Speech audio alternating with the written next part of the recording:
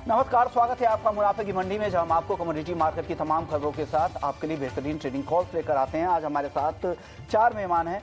वंदना भारती हैं SMC global securities से, पुलकित अग्रवाल हैं एसएमसी ग्लोबल कमोडिटी इनसाइट से, किशोर नारने हैं मोतीलाल ओसवाल फाइनेंशियल सर्विसेज से और दिनेश सोमानी हैं प्रो इंटेलीट्रेड सर्विसेज से। आप सभी मेहमानों का स्वागत है। लेकिन सबसे पहले देख लेते हैं आज की 10 बड़ी खबरें, जहां पर सबसे ज्यादा एक्शन दिख रहा है। गोल्ड और सिल्वर की बात करें तो यहाँ पर तेजी आज दिख रही है। 58,900 के ऊपर गोल्ड है। यूएस सीपीआई आंकड़ों का इंतजार है। मई में हमने देखा था कि 5.3% का जो नंबर था वो घटकर अब 5% पर आने का अनुमान लगाया जा रहा है। चांदी की बात करें तो यहाँ पर भी तेजी दिख रही है। 71,500 के करीब, 300 रुपए से ज्यादा की मजबूती यहाँ पर है। कच्चे तेल की बात करें तो $80 के आसपास ब्रेंट क्रूड का भाव पहुंच चुका है, 10 हफ्ते की ऊंचाई पर है। सीजनल डिमांड से यहाँ पर तेजी दिख रही है। नेचुरल गैस यहाँ पर भी तेजी है, 225 के ऊपर एमसीएक्स पर भाव है। लेकिन यूरोपियन गैस पर दबाव लगातार दिख रहा है और वहां पर इन्वेंट्री इतने ज्यादा है, उसका प्रेशर दिख रहा है। कॉपर की बात करें तो चीन का फैक्टर यहां पर से सपोर्ट मिल रहा है, 721 के ऊपर एमसीएक्स पर है।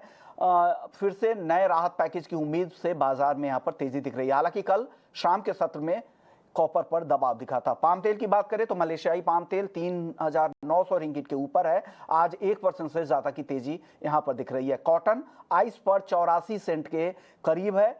कल हमने देखा था आइस पर 1.25% से ज्यादा की तेजी के साथ कारोबार हुआ था। हल्दी की बात करें तो जबरदस्त तेजी के बाद आज हल्की यहां पर मुनाफा वसूली है। 11,000 के आज बेहद करीब चल रही गई थी हल्दी शुरुआती कारोबार में, लेकिन अब 10,800 के नीचे है, 1% की गिरावट। ग्वारगम 11,000 के आसपास दायरे में कह सकते हैं या हल्की कमजोरी भी कह सकते हैं। जीरा आज भी तेजी है, 59,200 के आसपास। चलिए, ये तो बड़ी खबरें हुई, लेकिन अब बात कर लेते हैं कच्चे तेल की, क्योंकि कच्चे तेल की तेजी लगातार अब बढ़ती जा रही है। और ये तेजी यूएस, यूरोप और एशिया में जिस तरह से सीजनल डिमांड का फायदा मिला है, अब खबर ये आ रही है कि स्टोरेज की दिक्कतें हो सकती है। स्टोरेज में जो कम ऑयल है उससे डिमांड आगे बढ़ेगी, उसका फायदा मिलेगा। और चीन का जो फैक्टर है वो तो सपोर्ट कर ही रहा है। किशोर सर, क्या लग रहा है आपको कच्चे तेल में यहाँ से किस तरह की तेजी आगे आपको दिख रही है? यहाँ से और गुंजाइश है तेजी की क्या? Good morning mister Mohan. जैसा आपने बताया कि यहाँ पे दो फैक्टर्स एकदम क्रूड ऑयल को सपोर्ट कर रहे हैं। नंबर वन जो है, जो प्रोडक्शन कट्स अनाउंस किया था सऊदी ने और ओपेक नेशंस ने, इंक्लूडिंग रशिया ने भी बोला था कि एडिशनल प्रोडक्शन कट्स अनाउंस किया था। दूसरी चीज़ है कि जैसा यूएस उनका जो इन्वेंट्री से ड्रॉ डाउन किया था, स्पेशली एसपीआर से जो ड्रॉ डाउन किया था, उसको वापस भरने का समय आ गया है। कहीं ना कहीं ये डिमांड को हायर रखने में मदद करेगा। हालांकि थोड़ा सा जो कमज़ोर चाइनीज़ डेटा थोड़ा बहुत प्रेशर डालेगा, but I think overall sentiment and अभी ट्रेंड है पॉजिटिव है। और I think even short term में आपको बाइंग का सलाह दे सकते हैं। 6,120 के आसपास में बाइंग करने का सलाह दूंगा। 6,030 के आसपास आप लॉस मेंटेन कर सकते हैं 6,250 का टारगेट के लिए। बट अगेन, अगर रिटेल इन्वेस्टर से थोड़ा बहुत अगर सेफ करना चाहते हैं तो प्रॉब्ली आप 6,200 का कॉल ऑप्शन जो जुलाई वायदा का है, ये 85 रुपये के आसपास अवेलेबल है। 60 रुपये के आसपास स्टॉप लॉस रख सकते हैं और 140 से 150 रुपये के आसपास का टारगेट के लिए 6,200 का कॉल ऑप्शन ले सकते हैं जुलाई वायदा। 200 का के स्ट्राइक का कॉल ऑप्शन आप खरीद सकते हैं। अगर आप रिस्क नहीं ज़्यादा लेना चाहते तो फ्यूचर्स की बजाय ऑप्शन में ट्रेड कर सकते हैं। दिनेश जी, आप क्या सलाह देंगे? हालांकि बाजार ऊपरी स्तरों से आज देखें तो जो तेजी थी अब धीरे धीरे गायब होती जा रही है। एमसीएक्स पर 6,150 के आसपास अभी भी है। अब हल्की गिरावट यहाँ पर दिख रही है। करेंट लेवल पे क्या करना चाहिए दिनेश जी क्रूड में?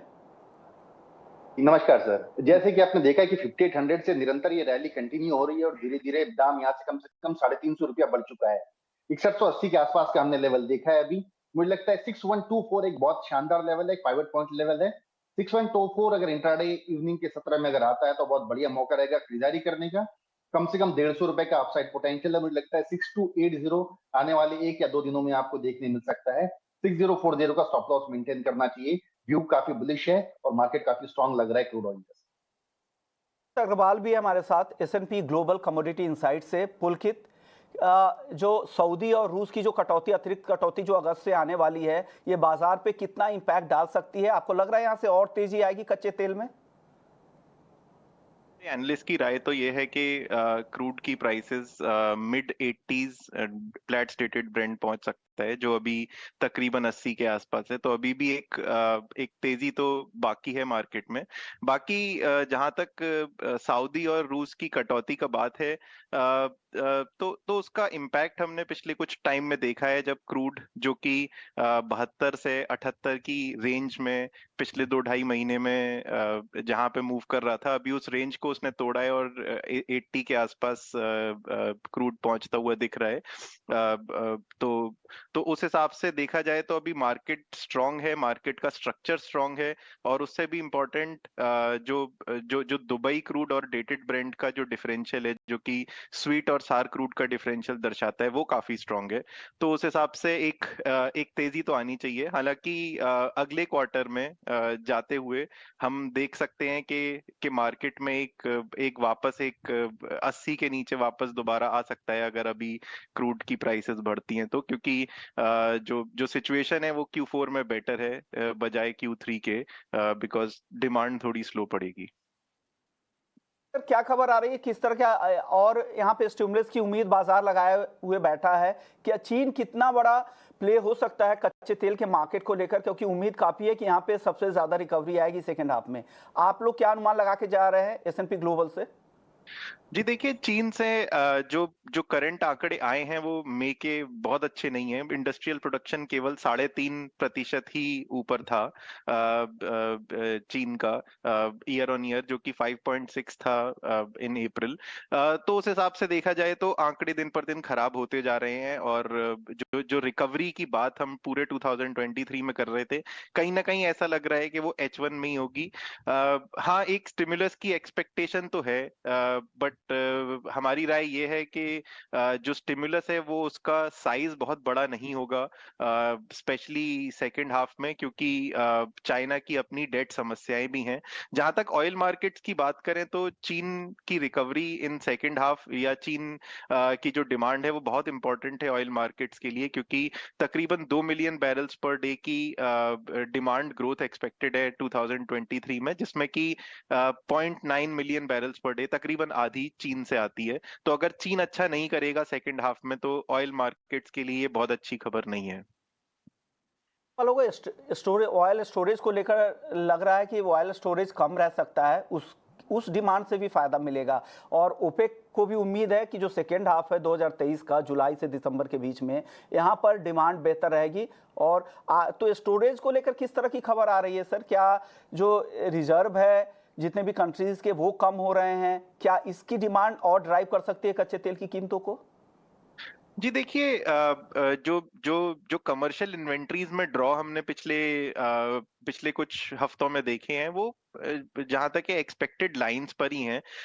देखिए, सऊदी ने जो 1 जुलाई से 1 मिलियन बैरल्स पर डे का एक बहुत बड़ा कट, और फिर रशिया ने भी एक बड़ा कट अनाउंस किया था, उससे निश्चित तौर पर ऑयल मार्केट में अभी एक आपूर्ति घाटा तो है। तो इन्वेंट्रीज तो ड्रॉ होंगी, एंड ये मार्केट मोटा मोटी प्राइस इन करके ऑलरेडी चल भी रही है।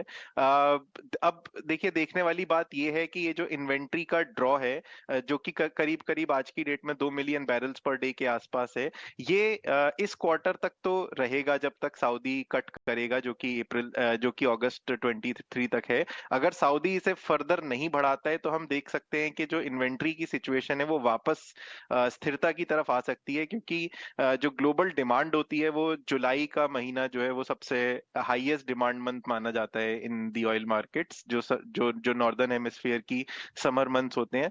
तो उसके बाद हम देख सकते हैं कि एक डिमांड में भी जो एक सीजनल धीमापन आता है वो आएगा। और सऊदी अगर फर्दर कट नहीं करता तो हम देखेंगे कि जो इन्वेंट्री की सिचुएशन है, जो आज की डेट में इतनी डेफिसिट में, वो शायद आगे जाकर के नहीं रहेगी। पुलकित, आपने वक्त निकाला और दर्शकों को बताया कि क्रूड का मार्केट कैसा रह सकता है, पूरा आउटलुक बताने के लिए। लेकिन चलिए आगे बढ़ते हैं, हम गोल्ड सिल्वर की बात कर लेते हैं। एक अहम डेटा है US CPI का, जो आज शाम आएंगे। लेकिन उससे पहले गोल्ड और सिल्वर में आज खरीदारी दिख रही है। किशोर सर, क्या लग रहा है आपको? 58,800 के ऊपर गोल्ड और चांदी 71,400 के ऊपर। क्या यहाँ से और तेजी बढ़ेगी? किस तरह से अभी यहाँ पे ट्रेड करना चाहिए, क्योंकि अहम आंकड़े हैं? किस तरह से सतर्कता बरतें? अगर ब्रॉडली बात करें तो यहाँ पे एक रेंज बाउंड मार्केट एक्सपेक्ट कर सकते हैं एंड यहाँ पे कोई जल्दबाजी में कोई बहुत ही बड़ा रैली आने का क्षमता थोड़ा सा कम है। प्राइमरली जैसा आपने बताया कि शाम को इन्फ्लेशन नंबर्स आने वाला है, कहीं ना कहीं मार्केट एक्सपेक्टेशन है कि 5.3% का जो इन्फ्लेशन नंबर है थोड़ा सा कट के 5% के आसपास उम्मीद कर रहे हैं। तो जैसा इन्फ्लेशन थोड़ा सा कम हो जाएगा तो इंटरेस्ट रेट बढ़ाने का जो उम्मीद है वो उम्मीद कम होता जाएगा, तो गोल्ड के लिए पॉजिटिव होगा अगर फर्दर रेट हाइक्स नहीं होंगे तो। फेड भी थोड़ा सा इशारा करने लगा कि end of the rate hike policy के नज़दीक में है। सो वो थोड़ा सा सेंटिमेंटली शॉर्ट टर्म के लिए एक अपसाइड रैली देख रहे हैं। तो दोनों गोल्ड एंड सिल्वर में बाइंग करना चाहिए। 58,750 के आसपास गोल्ड अगस्त वायदा बाइंग कर सकते हैं। बहुत ही छोटा स्टॉप लॉस मेंटेन कर सकते हैं 58,550 के आसपास। 59,000 या 59,100 के आसपास का गोल्ड का टारगेट हो सकता है। जहां तक सिल्वर की सवाल है, 71,200 मुझे बेहतर लेवल लगता है सिल्वर में खरीदारी करने का, और 70,500 के आसपास आप स्टॉप लॉस मेंटेन करना चाहिए एंड 72,200 के आसपास का टारगेट्स के लिए सिल्वर सितंबर वायदा में भी खरीदारी करके चल सकते हैं। तो गोल्ड और सिल्वर को लेकर ये व्यू है। अब आपका व्यू क्या है दिनेश जी, गोल्ड और सिल्वर में आपको क्या लग रहा है, यहाँ से क्या होगा, गोल्ड सिल्वर की चाल कैसी रहेगी? बिल्कुल, मतलब जो किशोर सर ने कहा मेरी ऑलमोस्ट सेम ही लेवल है। मुझे लगता है कि 58,750 58,800 के आसपास गोल्ड आज इंट्राडे के हिसाब से खरीदारी की जा सकती है। 58,180 अपसाइड मुझे लगता है कि शायद इवनिंग सेशन में अगर जो डेटा आता है एक स्पाइक आएगा वहां पर, और 58,180 तक के अपसाइड पोटेंशियल देखा जा सकता है। सिल्वर में भी 71,100 71,200 के आसपास खरीदारी की जा सकती है। 72,125 का अपसाइड पोटेंशियल इसमें मुझे देखने मिलता है। मुख्य बात जो है, मुझे लगता है dollar index on the verge of collapse लगता है। मुझे लगता है कि जो 101 के आसपास जो चल रहा है, अगर ये 100 का लेवल अगर ब्रीच करता है तो फिर हमें गोल्ड सिल्वर में एक बड़ी तेजी देखने को मिल सकती है। लेकिन एज लॉन्ग एज 100 का लेवल ये डॉलर इंडेक्स होल्ड कर रहा है, गोल्ड सिल्वर का मार्केट मुझे काफी रेंज बाउंड लगता है। इंट्राडे के हिसाब से खरीदारी करने में ज्यादा बेहतर मुनाफा लगता है। लेकिन मार्केट एक रेंज में ही अभी रहने वाला है गोल्ड सिल्वर का। चलिए आगे बढ़ते हैं, नेचुरल गैस की बात कर लेते हैं। यहाँ पर भी तेजी लगातार एमसीएक्स पर दिख रही है, लेकिन यूरोपियन गैस में दबाव दिख रहा है। क्या हो रहा है किशोर सर यहाँ पर नेचुरल गैस में? टाइट रेंज में फंस गया है। मुझे नहीं लगता है कि बहुत ज्यादा इसमें तेजी आएगा। आई थिंक 2.5 2.6 डॉलर्स के आसपास काफी हद तक सपोर्ट्स है, तो थोड़ा बहुत हल्का सा वीकनेस ही रहना चाहिए शॉर्ट टर्म में। चलिए मेटल की बात कर लेते हैं। मेटल में आज खरीदारी फिर से दिख रही है, हालांकि कल भी शुरुआती सेशन में अच्छी तेजी थी, लेकिन शाम तक वो फिर से वाइप आउट हो गई। अब आज भी तेजी है, एल्युमिनियम कॉपर करीब करीब आधे % ऊपर है। दिनेश जी, क्या कुछ पसंद आ रहा है आज के ट्रेड के लिए मेटल में? जी बिल्कुल, ऑल तीनों काउंटर में से मुझे लगता है एल्यूमिनियम सबसे स्ट्रांग दिखता है मुझे। बहुत समय के बाद एक शॉर्ट टर्म रिवर्सल आया और इसके टेक्निकल इंडिकेटर्स भी बुलिश मोमेंटम सपोर्ट कर रहे हैं। मुझे लगता है 196.80 के आसपास एल्यूमिनियम खरीदारी की जा सकती है। ऊपर में 199.50 के आसपास के इसमें लक्ष्य देखा जा सकता है। और सेम केस मुझे लगता है कॉपर के आसपास, अगर 720.20 के आसपास कॉपर मिलता है तो इसमें इंट्राडे बाइंग कर सकते हैं। 726 728 अपसाइड मुझे इसमें टारगेट नजर आता है। 715 का इसमें स्टॉप लॉस मेंटेन करना चाहिए। और अगर मैं जिंक की बात करूं तो 713 का एक बहुत अच्छा बेसलाइन, एक सपोर्ट जोन जिंक बना रहा है। 714 के आसपास अगर 214 के आसपास अगर खरीदारी करते हैं तो 218.50 का इसमें अपसाइड टारगेट देखा जा सकता है। 213 का लेवल इसमें ब्रीच नहीं करना चाहिए, तोड़ना चाहिए, स्टॉप लॉस मेंटेन करना चाहिए। चलिए, तो कॉपर की जो बाई कॉल है एक बार फिर से आपको स्क्रीन पे दिखा दे, एक माइनर एरर था। तो 720 रुपये 20 पैसे में खरीदने की सलाह है। 728 रुपये पहला टारगेट, फिर 731 का स्टॉप लॉस, यहाँ पर 715 रुपये का लगाना है। किशोर सर, आपकी टॉपिक क्या होगी बेस मेटल्स में, आज क्या पसंद आ रहा है आपको? आई थिंक मैं भी कॉपर में बाइंग करना पसंद करूंगा। अगेन लेवल थोड़ा सा सिमिलर ही है, 720 के आसपास खरीदना चाहिए। 726 का टारगेट रख सकते हैं। बट अगेन यहाँ पे आप देखें तो फंडामेंटली डिमांड कंसर्न्स काफी है। यहाँ पे चाइना का डिमांड रिवाइवल नहीं हो रहा है, ओवरऑल वेस्ट मेटल्स में डिमांड कमजोर है। तो रैली एक शॉर्ट टर्म का ट्रेंड हो सकता है, बट बहुत बड़ा तेजी नहीं है यहाँ पे।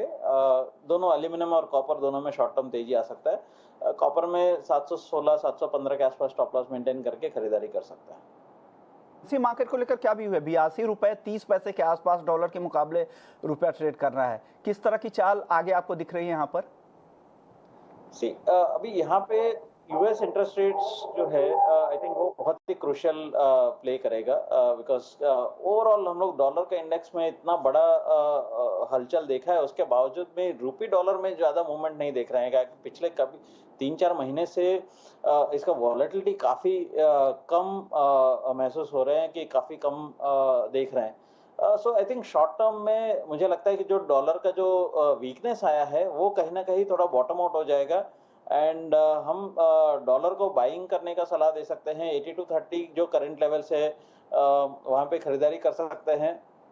आज इंट्राडे के लिए 8250-55 के आसपास का अपसाइड टारगेट रख सकता है। Otherwise broadly it's a sideways trend, बहुत बड़ा ट्रिगर्स नहीं है एज ऑफ नाउ। अगर कोई सरप्राइजिंग डेटा आता है तो शाम को अलग बात है, but otherwise it's very very मतलब 8205 आपको और नीचे में एंड ऊपर में 8250 8260, आई थिंक ये रेंज टाइट रेंज है, रेंज में ही रहने की संभावना ज़्यादा यहाँ पर दिख रही है। लेकिन चलिए अब एग्री मार्केट की बात कर लेते हैं। एग्री मार्केट में एक रफ्तार के बाद हल्दी में आज मुनाफा वसूली दिख रही है, लेकिन जीरे में फिर आज भी तेजी है। जीरा 59,400 के ऊपर, लेकिन हल्दी में हल्की मुनाफा वसूली है 10,850 के आसपास।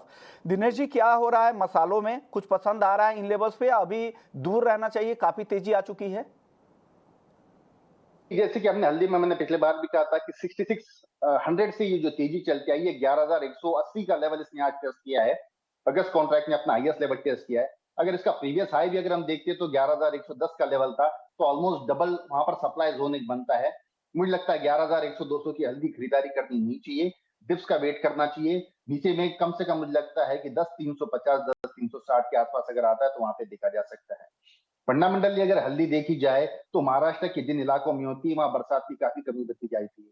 मोस्टली हिंगोली, बसमत और सांगली, ये जो एरिया है, मुझे लगता है कि 32 जो डिस्ट्रिक्ट है उसमें से 20 के में करीब डेफिशिएट है रेनफॉल, और उसमें भी हिंगोली, बसमत और सांगली यहाँ पर मेजर डेफिशिएट है। मुझे लगता है कि बाय ऑन डिप्स की रणनीति बहुत ज्यादा अच्छी रहेगी, अपसाइड इसमें काफी ज्यादा देखने मिल सकता है। दिनेश जी, ग्वार में जो मुनाफा वसूली दिख रही थी अब तेजी लौट आई है। अब देखिए ग्वार 5575 पे ग्वार सीड और ग्वारगम का वायदा 11,200 पे 1% की तेजी है। कुछ देर पहले तक यहाँ पर दबाव दिख रहा था, क्या हो रहा है ग्वार सीड और ग्वारगम में, क्या करना चाहिए? हमेशा ही कहा है कि मानसून के सामने कम से कम 15 से 20% की इसमें अपसाइड डाउनसाइड आती है, जो कि ये 5000 के लेवल पर था, वहां से एक अपसाइड इसमें आना बहुत आवश्यक था।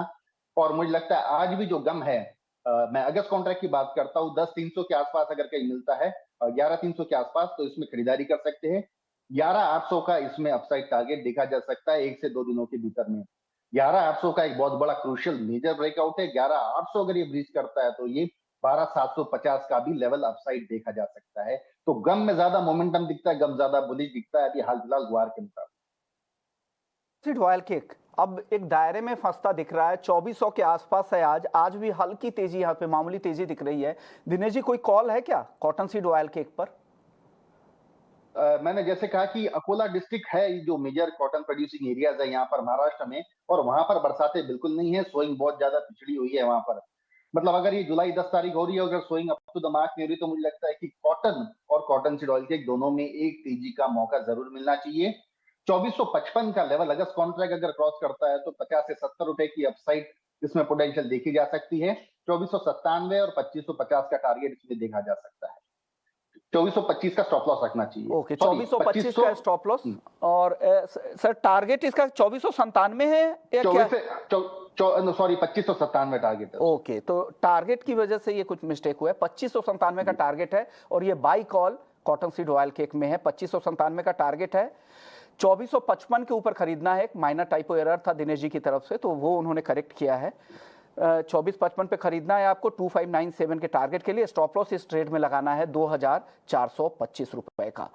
शुक्रिया दिनेश जी आपका, किशोर सर आपका, आप लोगों ने वक्त निकाला और फटाफट से दर्शकों को तमाम ट्रेडिंग कॉल्स भी बताए, पूरा मार्केट का आउटलुक भी समझा दिया। लेकिन चलिए अब बढ़ते हैं और आगे। आज बात करेंगे हम एग्रो ट्रेडिंग की, एल्गो ट्रेडिंग की। एल्गो ट्रेडिंग होता क्या है, कैसे आप इसका इस्तेमाल करके अपने एरर फ्री ट्रेड कर सकते हैं, तमाम मुद्दों पर चर्चा करेंगे। एक एबीसीडी के तौर पर इसे हम लेंगे कि कमोडिटी मार्केट के जो ट्रेडर है वो एल्गो ट्रेडिंग का कैसे इस्तेमाल कर सकते हैं। हमारे साथ ध्रुव गुप्ता हैं, डायरेक्टर है एल्गो क्वांट फिनटेक के। शुक्रिया ध्रुव, आपने वक्त निकाला हमारे लिए। सबसे पहले कमोडिटी ट्रेडर्स के लिहाज से बताइए कि कैसे एल्गो ट्रेडिंग का वो फायदा उठा सकते हैं और क्या इसके फायदे हैं इस एल्गो ट्रेडिंग का इस्तेमाल के। थैंक यू विश्वा जी, आपने अपने प्रोग्राम में मुझे बुलाया। First of all, algo trading जो है ना, वो इस समय एनएससी या बीएससी या एग्रो कमोडिटी या कमोडिटी में करीबन 70 से 80% ऑर्डर हर एक्सचेंज पे एल्गो ट्रेडिंग से होते हैं और करीबन 40 से 50% का वॉल्यूम जो है वो एल्गो ट्रेडिंग का होता है।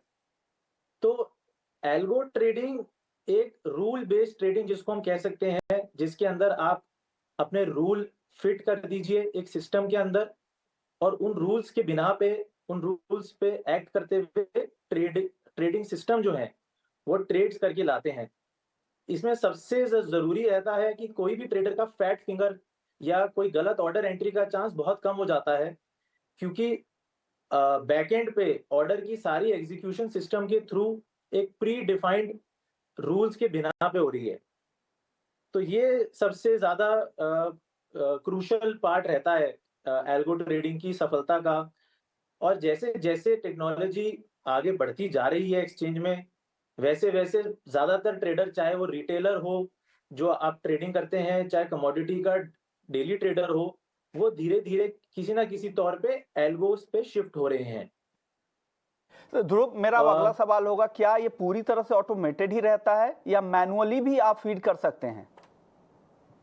देखिए, एल्गो ट्रेडिंग में आप पूरी तरीके से ऑटोमेशन भी कर सकते हैं कि जो सिग्नल है जिसपे आप सौदे में एंटर या एग्जिट करना चाहते हैं वो भी आप कंप्यूटर को ऑटोमेट कर दें, या फिर आप उसके अंदर अपने प्राइस लेवल्स, अपना भाव, अपना बदला डाल दीजिए और उसके साथ जो आपका एल्गो ट्रेडिंग सिस्टम है वो सिर्फ एग्जीक्यूशन करके ऑर्डर लाए। तो दोनों चीजें पॉसिबल हैं इसमें।